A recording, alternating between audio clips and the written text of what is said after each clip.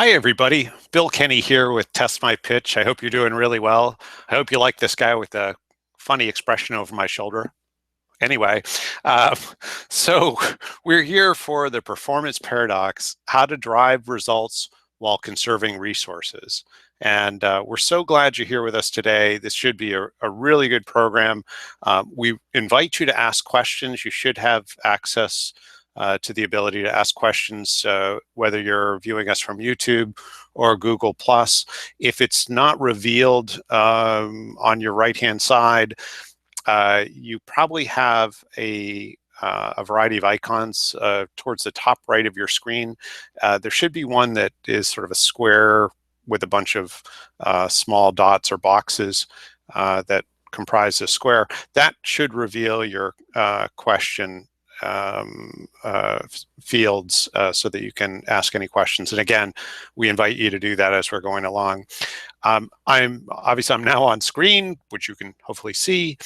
I'm going to go off screen and reveal some slides here, and then towards the tail end of the program, I'm going to come back on screen and we'll get into the Q&A part, and also several of you have submitted some great questions, which I'll show you in just a moment. But let me go and go to my slideshow here, and this may take me just a second, but we'll get there. One second. And let's see. So you should now see, I'm just going to go to my slides. And you should see my slides on your screen. I'm just going to go to presentation mode here. And they're just loading up. It'll just be a moment. So again, our topic today is the performance paradox, how to drive results while conserving resources. We've seen this challenge with many organizations, and actually just to share with you sort of a view of Aristotle about this, what we repeatedly do. Excellence then is an act, or not an act, but a habit. And so this is really what we're focused on today, is how do we help develop the organizational and institutional habits that cause excellence. And so thinking about our audience today, we've really got actually three general personas. We have managers who are working to get the maximum performance out of their teams. So some sales managers, we've got educators who are looking to engage and inspire students, and then we have folks that run mentor type programs, everything from business accelerators and incubators and so on. And ultimately there's sort of a thread here, a common theme, in that each of our goals is to inspire and engage the folks that we work with, the folks that work for us or that we're serving, to a place of maximal performance, to a place where they sort of optimize what they can do and in the end perform as well as they can. And it's funny how people that perform better tend to have a lot more fun and stay a lot longer. And so this is besides being the idea that we want to get performance to create our results, more than anything else we want to get performance to retain the best people and give and to attract even more and better people. And our best promotion for our organization is going to be the people we attract. So, and doing that well is certainly a fantastic art. So let's hop into things here. And these are the questions that you've all submitted. Again, I'd encourage you, as we're going along, to feel free to submit additional questions. We're going to pace through this agenda. So we're going to talk a little bit about the background of performance, and particularly as relates to the three personas here on the call. And we'll talk about the challenges that they face, the opportunities and steps to success, and then we're going to get specifically to your questions as well. And And again, encouraging you to add additional questions to the list. We're happy to address as many as you want. So just so there's some context here, a little bit about me. I'm the founder of Test My Pitch. I've founded 6 companies. I've also, with my wife, bought and sold a couple others.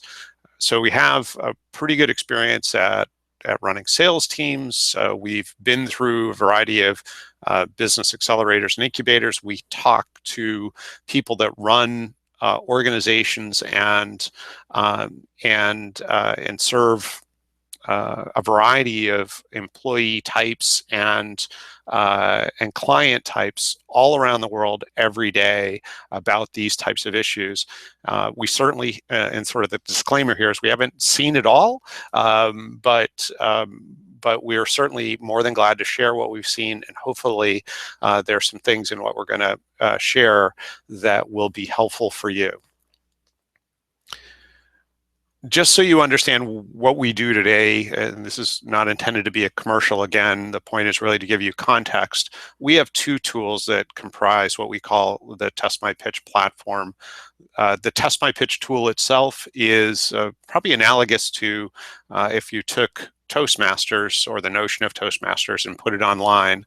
It is a platform that helps develop communication skills of students, of entrepreneurs, and of professionals. And the real goal is to help people perform much better when they get into situations where there's a high expectation of communication competence. And so what we tend to see is that, unfortunately, the best feedback on communication doesn't happen until someone asks for money. And unfortunately, then it's just way too late to do anything about it. So we're the Test My Pitch platform solves that issue. And then Score My Pitch is a pitch event judging and feedback system. So the whole goal of it is to capture the wisdom in the room that happens at all different types of feedback or at all different types of pitch events, and to make to contextualize that feedback so that who's ever receiving it can perform much better the next time they do it. More than that, the tool also provides highly reliable scoring and judging. So we have organizations that are using it for making entrance decisions, funding decisions, for really all different types of things besides the educational value of improved feedback. Certainly ask any questions about that. We're happy to share more and do demos and so on. So let's get into the performance paradox.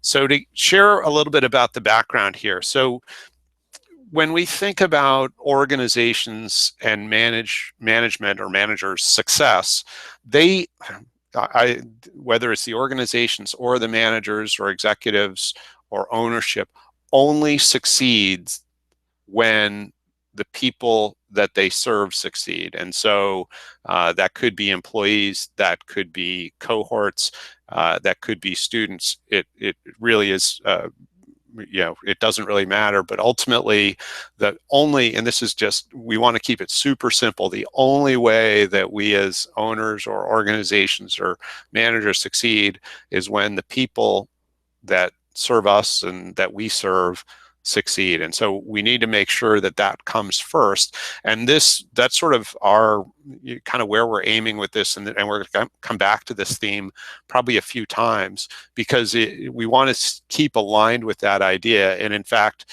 besides the sort of creating our own success, we really have a responsibility to make sure that the people that work for us or that we serve succeed. And so we're gonna keep on that theme and make sure that we keep moving down that road. So let me just advance to the next slide here.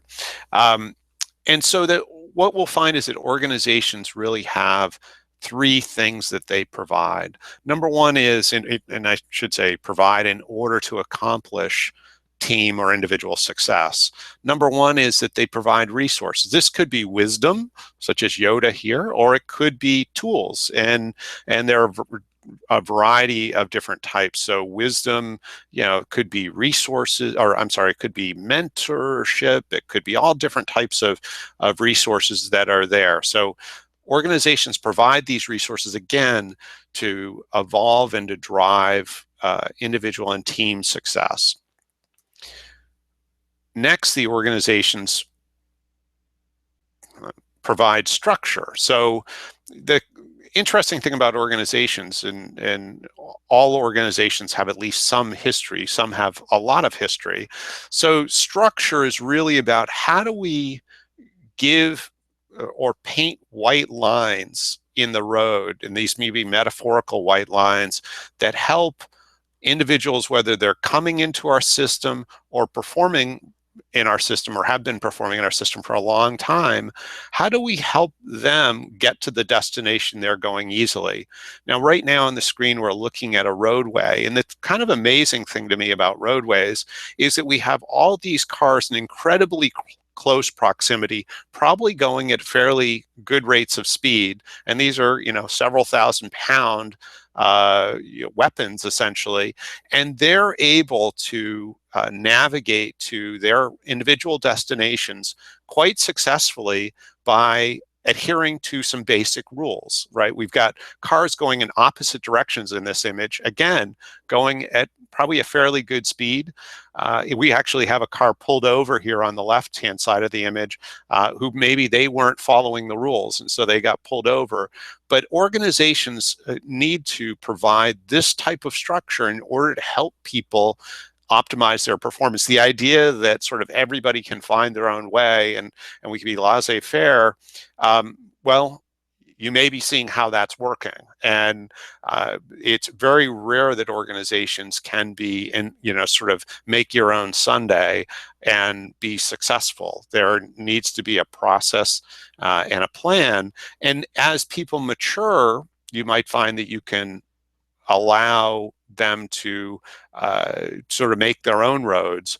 But more often than not, what you're going to find is as they devolve their skills or results or whatnot, then they need to come back onto the road and so that they can find their way. If we sort of have a reference point, imagine wherever you are today. I'm in lovely Connecticut, and I kind of think about, gosh, that's what if I were trying to go to New York, and sort of how do I get there if I were going to drive? Well, gosh, I'm going to get on the road. I'm going to get on certain roads. If I go on the wrong roads, I shouldn't expect to go to New York. And so I'm going to get from where I am, I'm going to get on I-95 and I'm going to go south. And I know at whatever speed I go at on I-95, I will eventually get to New York. I can't help it. And that's the kind of how we want to develop organizational and individual systems so that we set people up for success. So the third thing that organizations provide is they provide privileges. And so these privileges can come in a variety of flavors. They could be, the privilege of working from home. It could be the privilege of access to certain, cool opportunities like baseball tickets or whatever they might be that an organization would provide that somehow is perceived as a significant benefit of being a part of the organization. All important. So let me just advance here to the next slide. There we go.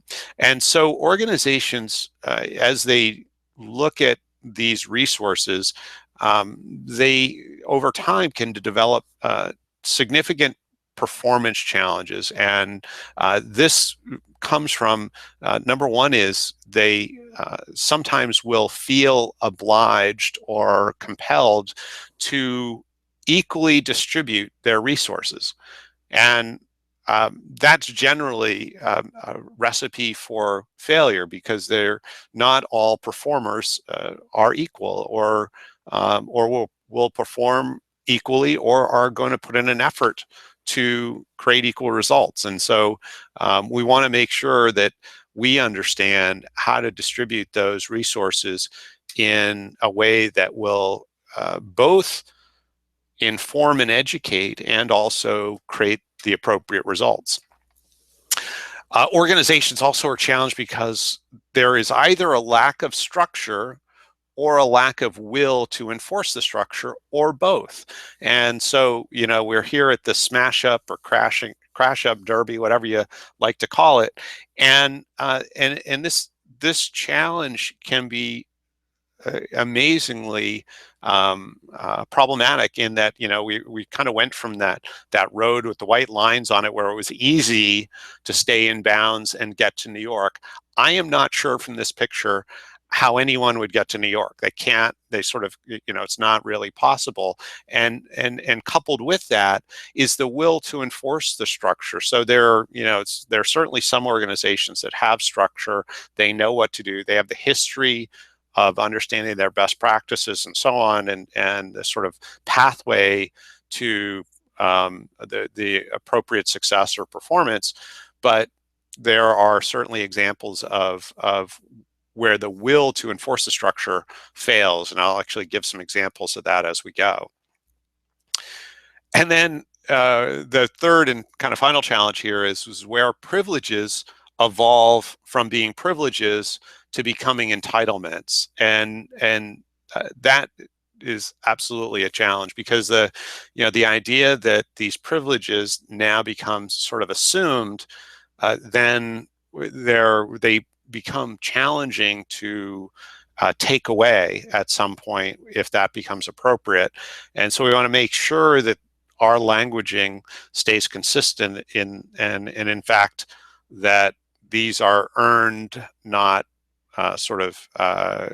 given or assumed, or should be assumed that they're always going to be there. And so privileges are just that. They're something that we have to earn. And we certainly want to resist the idea that they ever become entitlements.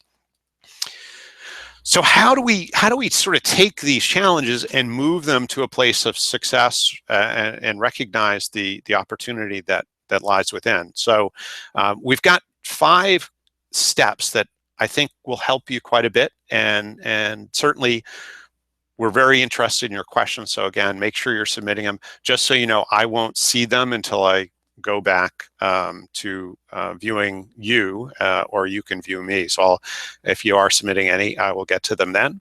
So the first step to success is that success and what it is needs to be clear and defined. And so the idea here is that in so many organizations that we see, what success is, isn't at all clear. And most people, if you went and talked to, whether it was employees or individual team members or whatnot, people would have a hard time telling you what success is, and how the organization defines success for them. And number one is, when the success in leadership communication is really defined by the ability for team members to be very clear in terms of where they're going and how they relate to the organization. And so how we're going to identify these goals and outcomes is really by using the SMART process, which is really key here. So any goal or outcome we set needs to be specific, it needs to be measurable, achievable, realistic, and time bound. So specific, we're going to not be vague in terms of what we describe. We're going to say this, we want, sort of after the 3rd month, we want $50,000 in income. So that's time bound, it's specific, it's measurable. Whether it's achievable and realistic, obviously is situational. We need to understand sort of what the parameters are there and whatnot. But the idea is that there's no ambiguity about what we're trying to accomplish. And so it's really twofold here. One is having no ambiguity, and then 2 is making sure that we are very democratic in how we share that information. So it shouldn't be something that's hidden. It should be something that is on the walls. It's in every communication, so that people see what our destination is. Where are we trying to go to? Are we trying to go to New York? Well, everybody should have New York in mind in terms of where not only the organization is going, but where they should be aiming towards. The idea being that no matter what, when the lights are off, when no one else is around, each person should have a real clarity in terms of where we're going. Another way to think of this is that it's our true north. It's where we're going, and again, it's very easy for anyone involved in the organization to know where we're going and what we're doing. So if we have that kind of clarity, we've really covered the first step. The second step is to, once we've identified the goal or outcome, then align the resources with that goal or outcome and the needs of the team or individuals who are within our purview. And so we want the resources to support the accomplishment of that goal or outcome in the best way and most efficient way possible for the needs of the team. And so we want to, not only get those resources, acquire them, but we also want to align them with that outcome. So this might be a set of tools, anything from software to hardware to, just anything that will support the accomplishment of those outcomes. And it may be, we all operate in different budgets, so it may be that we can just have a few of them, and that we acquire others as we go along. But the point really is that we need to make decisions about which resources will help best support the outcomes we're looking for. And then, of course, there's also time. Besides those assets, time is also a huge asset. So whether it's a manager or whether it's a program director or whatever, or a mentor, or any of those resources need that time needs to be allocated in a way that it is used most effectively and efficiently to create the greatest possible outcomes for the organization. So we want to make sure that we align those resources with the outcomes. So then step 3, defining a clear path to success. So it's one thing to know we're going to New York. It's another thing to identify the route we're going. And it's really two totally different things. So we're going to New York. We now have resources. We've got a tool. Maybe we have someone who's going to ride shotgun for us. Maybe we've got some refreshments to drink along the way, so we can stay on the road and stay alert and attentive.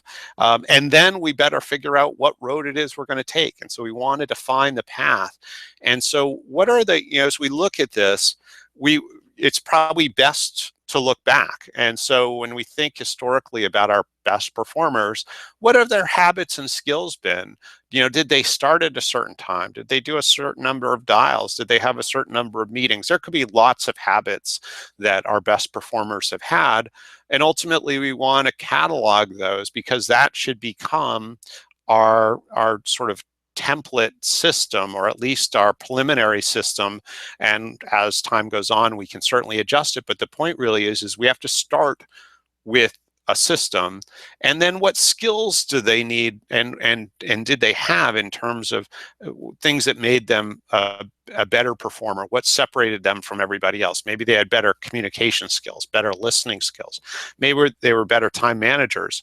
And so, ultimately, it's understanding that. And the funny thing is, and we see this all the time with organizations, is many have had great performers, and so that they continue to have to relearn what creates good performance. And so if an organization isn't really clear about what creates good performance, it's very hard for people to perform well, because everybody will find their own path, and not prioritizing individual success can really act to the detriment of an organization. And this can happen in a variety of ways. So if you look at sports as a great example of this, so if you look at, let's just say a basketball player within a basketball team,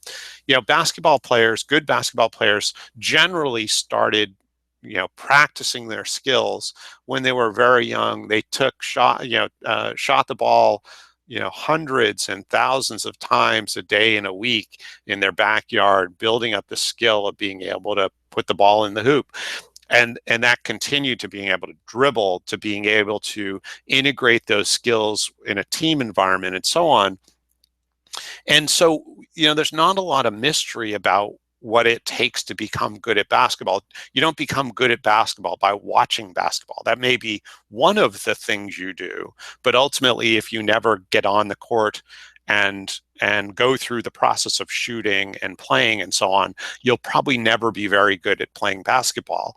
And so the same thing happens in any discipline. If we don't have a clarity in terms of the road we're going to take to get to the outcomes we want, and the habits and behaviors of someone who has achieved that outcome, then we shouldn't expect to get there. We're going to be going to some other destination, and managers and executives and folks that run programs, it's our responsibility to make sure that our number one responsibility is individual and team success. And that's only going to happen if we know that road to success and are able to articulate it and are confident enough in the road in order to help people realize that's going to be the best way. Not the only way, but until they find their way, our way is going to be the easiest way to be successful. And if they need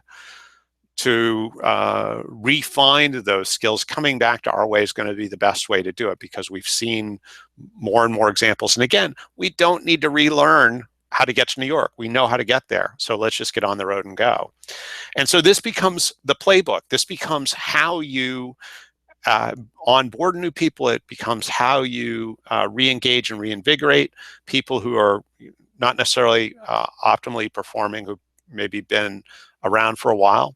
And so we want to make sure our playbook is easily accessible and that it's clear this is how we're going to call the plays and get to that destination.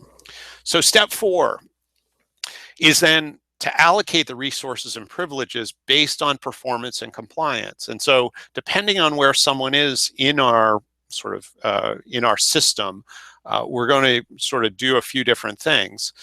So maybe the easiest way to maybe back away from this for a second is to think about the Pareto principle. Some know it better as the 80-20 rule. In this context, what we're really saying is that 80% of our results are coming from 20% of our performers.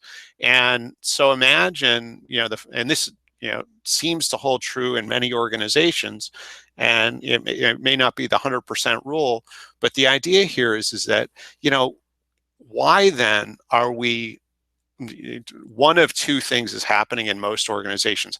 Either they're spreading their resources evenly across all performers, or they're actually investing the inverse. They're investing 80% of their efforts in the bottom 20% of performers. And so they're getting really dramatically hamstrung results. They're really underperforming because of how they're investing their resources. And so it's really about how do we make the decisions and create a system that allows us to easily and transparently allocate our resources, our privileges, all those things based on how people are performing. And it's either going to be their results or their compliance. If they're early in our program, it may be their compliance. If they're underperforming, it may be their compliance.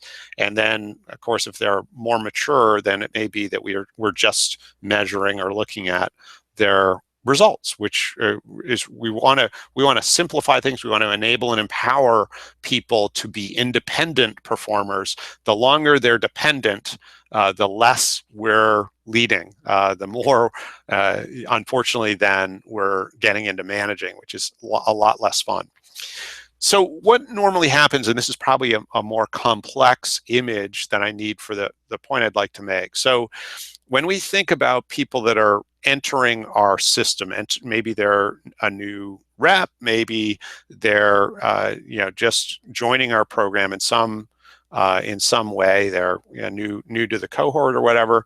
What we're going to find is there has to be some kind of an onboarding process. Their skills, their knowledge, their habits need to be built in order for them to perform well, in order for them to reach the goals that they want, in order for them to get to New York. They need to understand the system, they need to internalize it and begin actioning it. And so we want to set them up for success. We want to help them understand the white lines that they need to drive between in order to get to that successful outcome. This is our responsibility. Doing anything less than this, we're shirking our responsibility to them, and in terms of helping them be successful. What normally happens as people mature, of course, we expect their performance to optimize or get close to optimal, but it's not unusual that people plateau in all different types of programs, whether again they're an employee or they're in some other type of program, be it educational, be it acceleration, whatever that might be. They tend to, there's a variety of things that happen, but they're going to plateau. They may actually fatigue a bit and results go down, and then hopefully there's some intervention and their performance goes back up. And ultimately, whatever system we build needs to not only accommodate that person who's new into the program and get them onboarded and ramped up quickly, but we also need to accommodate the person who is going to plateau or even wane in terms of their performance. And again, it's the responsibility of our system to be able to do that, to be able to get them back between the white lines on the road to New York so that they'll be successful. And again, doing anything less than that means that we're not doing our job as leaders and as managers. And so we need to make sure we built this into the system, and it's how we do it. And again, sort of going back to sports analogies, you think of situations where players are no longer performing optimally. It would be a rare day that a very good team would continue to play an underperforming player. That just doesn't happen. That player, whether they go into a batting slump or whatever it is that they're deficient at, they go into a system that helps them relearn, that goes back to the basics and helps them get back onto track and performing well. And the funny thing is, I was with an organization for a while where where they didn't do that, where essentially when somebody stopped performing well, they were let go, and it was a sort of a Darwinian thing. And so what you ended up finding is that this organization just had incredible turnover. They lost their institutional knowledge. The people who were performing well, the few that were, really just performed well, but they did it without a lot of resources. And actually, we're going to get into another topic where I'll talk about this company again, and where it created some other challenges as well. So we want to create a situation where resources and privileges are earned, and they're continuing to be earned. So we're going to, early when we're onboarding and ramping up, we're going to invest. We're going to sort of apply resources, training, manager time, director time, all those types of things, to cause it's almost like a chemical reaction. There's a lot of energy that goes in up front to create a chemical reaction. There doesn't need to be nearly as much energy in many cases to sustain that reaction or that action. And so the easiest way to think of this is where we set up stage gates, or you might think of them as micro goals, and that we're getting sort of people to, where our investment in people or the folks going through our program increases as they pass or as they accomplish these micro goals or pass these stage gates. And so we might give them access to more resources. This might be more mentorship. It might be more support of any kind as they sort of pass these. This not only creates compliance, but it also somewhat gamifies the process, but it holds people accountable to those standards, and it also gives them a very easy to see and recognizable destination, and kind of breaks it up into small bites, which can be really helpful when you're onboarding folks. The other thing is we want to allocate the privileges based on those the accomplishment of those micro goals and stage gates as well. So again, if there's some flexibilities like working from home or dress casual or whatever the privileges in your organization happen to be, that those should be allocated in bits, small bits, with each accomplishment of a micro goal or the passing of a stage gate. And so this is important to consider when you're onboarding. It's also important to consider with the ongoing team. And so we want to make sure that as folks plateau or results diminish, that we again, as managers, set them up for success, that we have a system that immediately acts to help get them back, whether it's retrained, refocused, to essentially enable and empower their success. And so the easiest way that we can do the antithesis of that, depower their success, and really that can be very counterproductive. I'll go back to this sort of organization I was talking about. Is the weird thing about what they did is probably the worst thing they did was that they had set all these standards, just like we had talked about earlier. They had very clear standards of how people were supposed to perform to be successful. But they had absolutely zero, I mean like zero, if there was a way to say negative in this, they had zero will to enforce it. And so there was a spiral of things that happened. So the first thing that happens is that the people who are performing well generally, until they plateau or whatnot, generally continue to perform well because that's just how they're motivated. They get it, and they move forward. But as people plateaued, they would essentially get rid of them. They did evolve over time, though, to no longer getting rid of people. They actually lost the will to do that even. And so they had these people who are mediocre performers amongst the good performers. And the good performers started seeing these individuals getting the same privileges that they had, that they assumed and that they were told were privileges of good performers.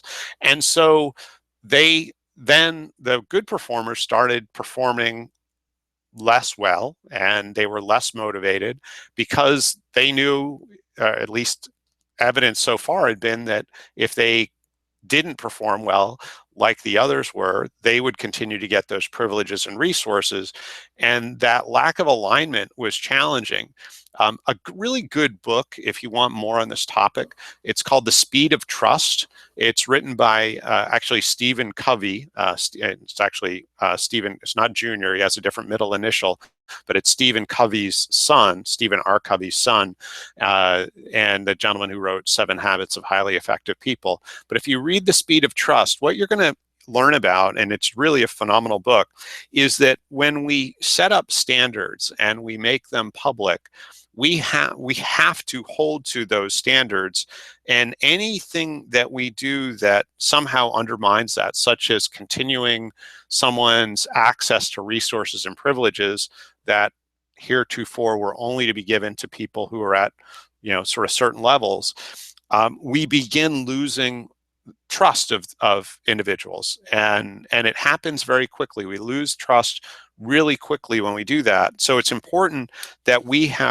are really predictable in this way, and that we are really congruent with that belief system, and have the will to do it. And Stephen Covey goes into several examples, both in business and also actually with children, and uses examples in his own family about how when essentially he and his wife haven't sort of held to the standards, the children's behavior changes. And when you think about your responsibility, whether it's as a parent or as a manager, or as a program executive, again, we want to educate, we want to exit, we want to have a team that is highly independent, highly able to be successful on their own, and the only way that we do that is to help them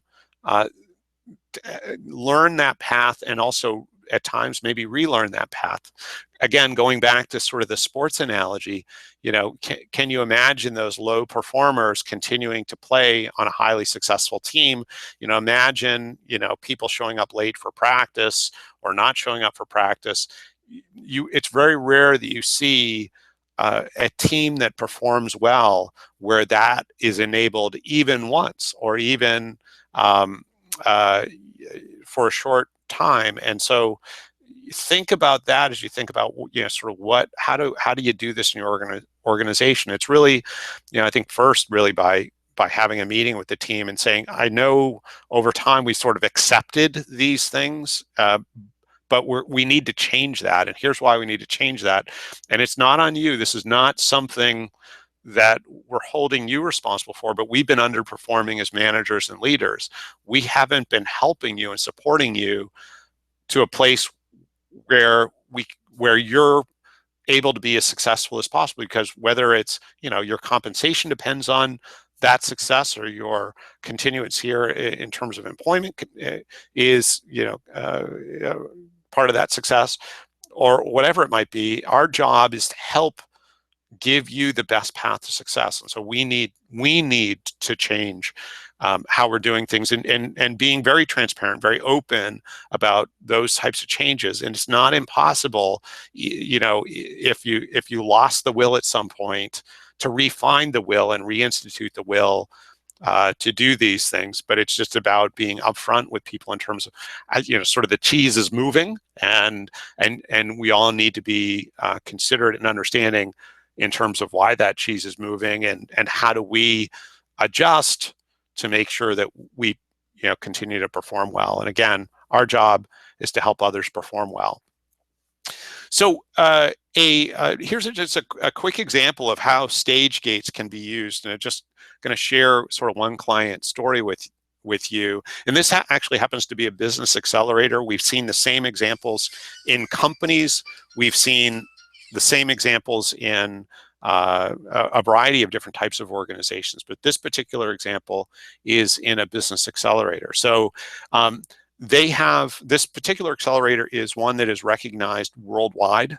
They exit some of the best companies and ones that go on to achieve some pretty amazing things. And they are really clear on a variety of things. So first and foremost, the expectations for entrance. They've got a rigorous process that identifies the organizations, the ventures that get into their program. The same can be done for team members, for staff, and so on. We want to have a very rigorous process. We want to hire slow, and as they say, fire fast. Two really hard things to do: hire slow and fire fast. Most of us find that to be a really hard thing to do. Usually, when we're hiring, we're in need, and sometimes high need, and sometimes when we should let go, we don't, because we still have that need, and we somehow believe we can change people. But so this particular program has 3 distinctive stages, and at each level, and when I say stages, I mean stage gates, where you literally pass through an opening to another stage. And this organization, to give you a sense, as you mature to the next stage, you actually move to a different location in the building. So they've not only made it where it is sort of metaphorical, they made it so it's really physical as well. So in order to get to these other stages, you need to perform better.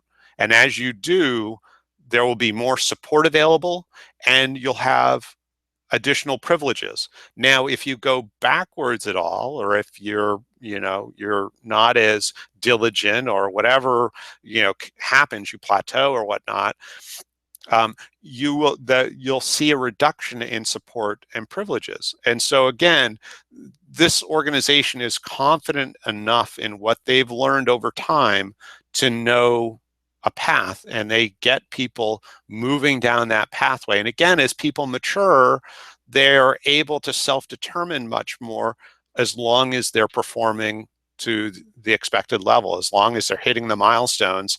Then sort of the much more liberty is given. But again, as performance wanes, or it's sort of has any disruption, then they're pulled back into an area where they need to be more within the white lines. They need to be more compliant and so on, in order to resume where they were at that stage level that they were at. But really, this organization pulls back some of that support and privileges, and gets people much more focused into, again, what they know works. They don't have to relearn what will work. So the fifth step here is that we need to be flexible. This is dynamic. Not that we need to. The point really isn't here that we don't follow our system, but we need to evolve our system. We need to continue to develop it, so that we, again, our only goal is to enable and empower the desired outcome. So as long as that's our true north as leaders, then we need to have the wisdom to listen. We need to have the wisdom to observe, and we need to have the wisdom to change and evolve. And so that the idea here isn't that whatever you start with is a perfect system. That's not at all the idea. The idea is we're going to evolve to a better and better system as we go. And how that's going to happen is we need to first start with making the team a part of the process. They need to be brought in and understand that, here's what we're trying to accomplish. Here's where we are now. We've got some thoughts. We're going to institute a process here, but we know it's not perfect, and it's critically important that you give us feedback, and our only goal in this is your success. And so that's why we're doing this. This is what we're hoping to accomplish, and so please give us feedback, and there needs to be a way for people to give feedback, and it may be regular meetings, it may be being very solicitous in terms of understanding how things are going, what people see, and so on. And again, we've instituted this in several different organizations and have seen incredible results, but it comes from the wisdom of saying, I don't have all the answers. I know where we want to get to. I'm really clear about that. We probably have built something that's 50% there, or 60 or 70% there. We're 100% sure it's not 100% right. So we need you to help us tune it so it's effective. And again, our only goal is your success. And so we want to be nimble. No matter what our size is, we need to be nimble. We need to be, to have the wisdom to change and evolve, not to necessarily change and evolve in a way that is incongruent with the outcomes we want, but to change and evolve in a way that helps us find a better path to New York. And we know there are going to be better roads, there's going to be better processes, better paths, and we just need to continue to evolve our understanding. You kind of imagine when somebody first went from Connecticut to New York, that first day, right? There wasn't a very good path. In fact, there wasn't a path, and they had to find a way. Maybe they followed the coast, or whatever they did. They attempted something, and the next time, there was the beginning of a path, and before you know it, there was a path, and then there was a dirt road, and then it evolved. And that's exactly what we need to think about, is how do we, again, we're going to get to that destination. We want to continue to find a better way, a more effective way, an easier way, so that others can get to that destination and maybe go beyond. Maybe they'll go to New Jersey or Maryland or wherever. that's awesome. And that's our real number one job as leaders, is to help others be successful. And so, it's funny. I looked at a ton of leadership quotes, and there many of them sound the same, but this one from Ralph Nader is just awesome, and it's I think absolutely huge. So I start with the premise that the function of leadership is to produce more leaders, not more followers. So, the goal here is to really empower people, to help them be able to self-determine, make their own decisions, and be able to self-actualize in whatever place we have them in, so that they can get to those places. And then this other quote from Mr. Cirrus is, anyone can hold the helm in the sea, when the sea is calm. Absolutely true. And so the idea here is that, whether the sea is calm or it's tumultuous, and there are big waves and there's a big storm, and I know from some of the questions that were posed, some of you are in seas that aren't calm. This is really about having the will to make those decisions, and to reinforce what we're doing, why we're doing it, whether the seas are calm or they're not. And again, that's the quality of great leadership, is when leaders have the will to understand and not need to relearn the fundamentals. We need to get others to learn and embrace the fundamentals so that we can help them succeed. So we're going to hop to your questions. But before we do, there's one announcement I want to make, and that is for our next webinar. It's going to be on Tuesday, May 24th. It's called Mentor Mayhem, and it's going to be just a wonderful workshop, and it's going to be really helping us all understand, how do we help mentors, and how do we build, whether it's mentors in our organization, or if we have a mentor organization or a mentor pool in our organization, how do we help them be really successful and in fact create the outcomes that we are hoping for? And so we're involved in a variety of activities with mentor organizations. We're actually building a statewide cooperative for mentors. So we see a lot of what's going on in this space, and we'd be happy to share some of the best practices we see. So let's go on to your questions, and I'm going to, now that we can see the questions, I've actually got them on a second screen here. So I'm going to go out of this screen share and come back on the screen here in a second, so you can see me and I can see you. One second here, I'm just switching back to that. So hi again. Hope you all are well and are enjoying this. So let's go to the questions, and I apologize. I'm going to turn here just to read these as we go through them. And again, feel free to submit others. You're more than welcome to. So the first question is, how do I build a team with minimal resources? And so, it's funny. Again, we work with a lot of organizations. I haven't yet talked to an organization that said they have an abundance of resources. I think most are operating in a somewhat constrained environment where they need to allocate resources very judiciously. And so, I think the way we're going to build a team with minimal resources is first and foremost by engaging the team. I think we need to make sure that we are clear and transparent, and get them involved. One of the bullets that I actually didn't hit on, but I think is really important, is the idea of self-measurement. There's no better way, that at least that we found, to get people involved than to have them self-measure. If they're able to, it's funny, most organizations think they need to provide the measurements, and maybe they'll provide, my view, I think you provide what needs to get measured. But I think if you have people self-measure and report, then they become much more fluent in the measurements, and so they know how it's measured. They are able to understand when measurements go down, what the variables are, what the components are, and when measurements go up, they understand what happened. And otherwise, it's an abstract concept. And so, I'd say the first thing to do is to engage the team, to get them involved, and that will very much help and again, it's really, as Ralph Nader said, it's about how do we create more leaders, not how do we create more followers. So let's go on to the second question here. And I should say, as I'm getting into these, obviously I'm reading these and I'm interpreting them. So I'm sure I'm not going to interpret everyone exactly as they were intended. So please, let's have some post conversations. We're more than happy to go into detail on any of these with any of you.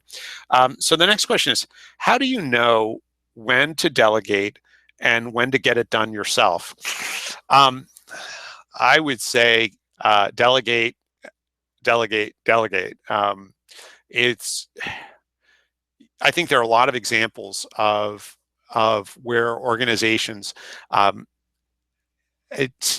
leaders do at their own peril. And so I'll give you an example. Let's just take a sales team as an example where, maybe a manager is riding along with a sales rep, and the intention of this day was that the sales manager would observe and the sales rep would perform.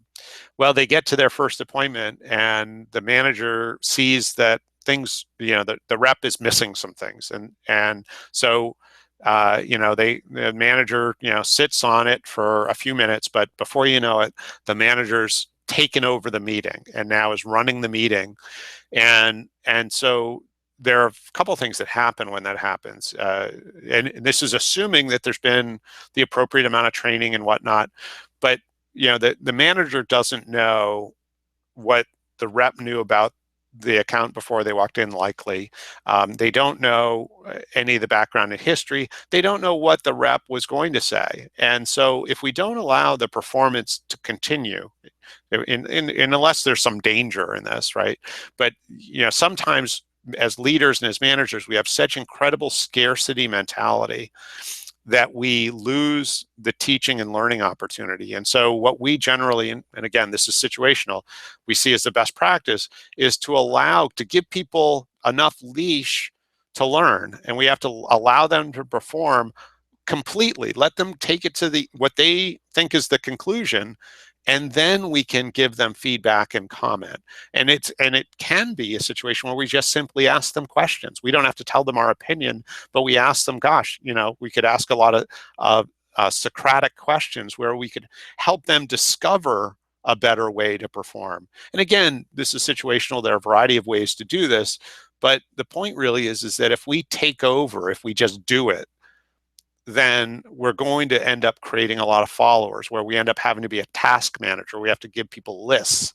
And we want people to know the true north and to be able to understand the path to get there. Whether they've been to New York or not, they know how to navigate there because New York is such a clear destination. They can find the way. And the standards of the organization are so clear that they can find the way. That's really where we want to get to. Again, you don't go from, it's not an on-off switch, it's more of a dimmer switch. We're going to ratchet, we're going to sort of move the organization towards this sort of outcome. The next question, how do I get team members, which are volunteers, to be productive? I think it's the same way. I think you want to engage them in the process. You want to really understand number one, their goals, and then where possible, align those goals with the outcomes of the organization or the desired outcomes of the organization, and help them mature those what they're doing to find success. But if we don't understand what people want, particularly volunteers, if we don't understand what motivates them, what excites them, then it's probably unlikely that we'll get them to perform at a level that we want. So the first thing is to invest in them, to understand them. And the more we can empower them, the more we can give them responsibility, as long as they're ready for it and they want it, the better. And I run a few volunteer organizations, and the thing that I've found really remarkable in terms of how it works is, as we have things as a full group that we want to do,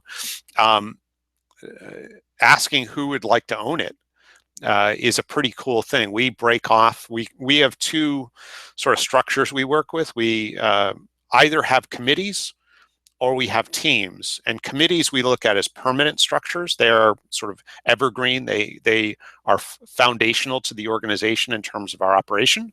And then teams are temporarily formed to solve something, to do something. And so once they've done that or solved that or researched that, then the team dissolves. And so it's a sort of a temporary formation.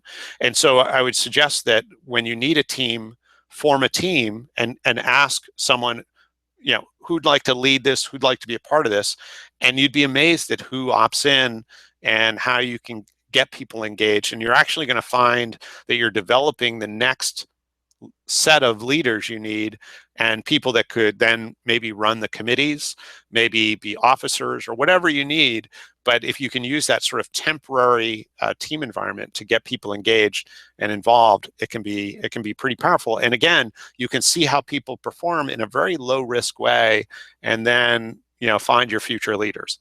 So let's look at the next question, kind of a long one here. So let me just read it off and then we'll hop into it. So we're currently experiencing a management challenge. We're executing at a high volume and at an incredibly fast pace, which leaves very little time to actually coach or manage. This has created low team morale and lowered performance quality. How do you reprioritize without completely derailing your team? How do you boost morale while you're still in the trenches? How do you create leaders at both the bottom and the top of the organization? I think some of what we've talked about probably speaks to this. I think, ultimately, what all of us are in motion, right? So this is about how do we build the vehicle while we're driving it, and sometimes we need to go back to go forward, and I'm more than happy to have some conversation offline specifically about this, but it may be that it makes sense to, for a short period of time, do a little bit less, have simpler and lower organizational objectives to get sort of things back on track, infrastructurally and so on. Then that may not be practical, but that may be one option. The other is, certainly having a team meeting or a series of team meetings, but where you're very clear and very transparent about kind of where the organization is, kind of what challenge you're having, and some thoughts about how to get things back on track. And then of course engaging people in the process of how do we get there, where are the challenges, how do we eliminate some of these, how do we sort of get you involved, because it's your success is not going to come without the people that work for you and with you having success. So that's the first thing to focus on, is how do we help them be successful. There's leaders need to lead, and the more time they spend doing, the less will get done, and in fact, the less they'll empower the people that are in their organization, and they'll never find the future leaders. Those people will stay hidden, and that's a real challenge. So the last question here, how do we leverage additional resources beyond your direct control? So, I think, a lot of what we said probably leads into this, but it's really going to start from first assessing what resources you have, where your gaps are, then leveraging them. It's going to vary a bit based on organization. It may be requisitioning, it may be applying for, it also may be having some charismatic influence that causes that to happen. Developing and leveraging your network is certainly another way to leverage additional resources. But it may be, again, a lot of us try to shoulder the burden of resource acquisition all on our own. Again, if we engage our team, they're going to help us discover maybe either that we don't need that resource, another way to acquire that resource. But if we're trying to solve all this stuff on our own, that'll be challenging. So if we get people involved, get their help in terms of figuring out the best path, most efficient and effective path forward, then we're going to be in good shape. So Wow, we've just went just slightly over the hour mark, and I apologize for that. There's such a wide variety of great content and great questions. That covers the questions we have for now. This webinar has been recorded. We're going to share that with you. We'd certainly be glad to have additional conversations with anyone whose questions weren't completely answered or would like to talk more on this topic. We'd also be glad to share more about what we're doing with you, and would absolutely be tickled to learn more about what you're doing and what attracted you to this topic. So with that, I hope you all have a great rest of the day, and we're on a Friday right now, so I hope you have a great weekend. And until the next time, we look forward to talking to you soon, and hearing all the great success stories from you. All right, have a great day. Bye for now.